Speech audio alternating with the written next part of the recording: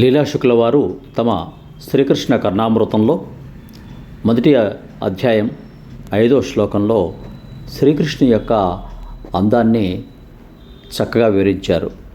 శ్లోకం ఒకసారి చూద్దాం.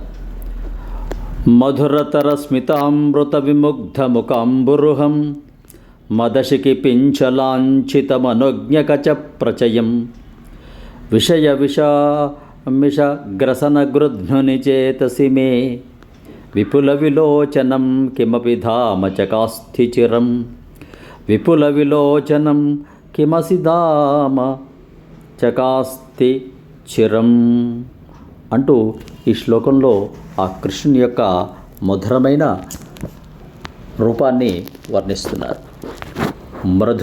మధురతర అమృతము కంటే తీయనైన స్మితామృత మందస్మితము అనేది అమృతముతో కూడిన విముగ్ధ మిక్కిలి అందమైన ముఖాంబురుహం ముఖమనడి తామెర కలది మదశిఖి మత్త మయూరము యొక్క పింఛముతో లాంఛిత అలంకరింపబడిన మనోజ్ఞ అందమైన కచప్రచయం కేశపాశములు కలది వెంట్రుకలు కలది విపుల విలోచనం విశాలమైన కన్నులు గల కిమపి మాటలకు అందని ధామ వెలుగు విషయ ఇంద్రియ సుఖములన్నిటి విష మిశ్రితము అయిన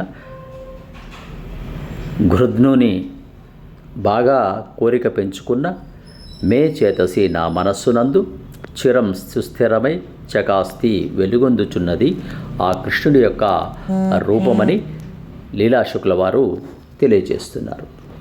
దివ్యమైన తేజస్సుతో నిండిపోయే బాలకృష్ణుని ముఖం మధురమైన చిరునవ్వు అనే అమృత మకరందము వల్ల మరింత శోభాయమానంగా ఉంది.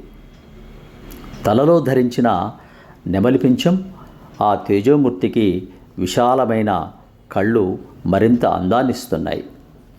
ఆ బాలకృష్ణుని సందర్శనం లౌకిక సుఖాల గురించి నా కోరికలనే విషాన్ని హరించే శక్తి కలిగి ఉంది. అందువల్ల అందరూ ఆయన సందర్శనం కోసం ఆరాటపడుతున్నారు. నేను కూడా అటువంటి ఆశతోనే ఆయన దివ్య తేజాన్ని గానం చేయడానికి పూనుకున్నాను అని లీలాశుకుడు ఈ శ్లోకంలో పంచేంద్రియ జన్యమైన కోరికల నశింపచేయునది ఆ దివ్యమంగళ విగ్రహమే అని వివరిస్తున్నాడు. అలాంటి అలౌకికమైన అందాన్ని చూస్తూ ఆనందంలో గడిపే సమయంలో ఇహపరమైన కోరికలు ఏవీ కూడా గుర్తుకు వచ్చే అవకాశమే లేదు. కావున అందరూ ఆ దివ్యమంగళ విగ్రహం యొక్క తేజస్సును ఆరాధిస్తూ ప్రేమిస్తూ పూజిస్తూ ఉండాలని ఈ శ్లోకంలో ఆ లీలాశుకుల వారు మన కర్ణంలో అమృతం పోసినట్టుగా ఈ శ్రీకృష్ణ కర్ణామృతంలో ఈ శ్లోకంలో వివరించారు. శ్లోకం మరొక్కసారి. మధురతర స్మితామృత విముగ్ధ ముఖాంబురుహం మదశికి పింఛలాంఛిత మనోజ్ఞకచ ప్రచయం విషయమిషామిషగ్రసన ఘృద్నుని చేతసి మే విపుల విలోచనం కిమపి ధామ చకాస్థి చిరం. ఇలాంటి మంచి అంశాలు మీ ముందుకు తీసుకురావడానికి ఆచార్య శ్రీ సూక్తి ఛానల్ను సబ్స్క్రైబ్ చేసుకోండి, నలుగురికి షేర్ చేయండి. సమస్త సన్మంగళాని భవంతు. స్వస్తి. శుభం భూయాత్.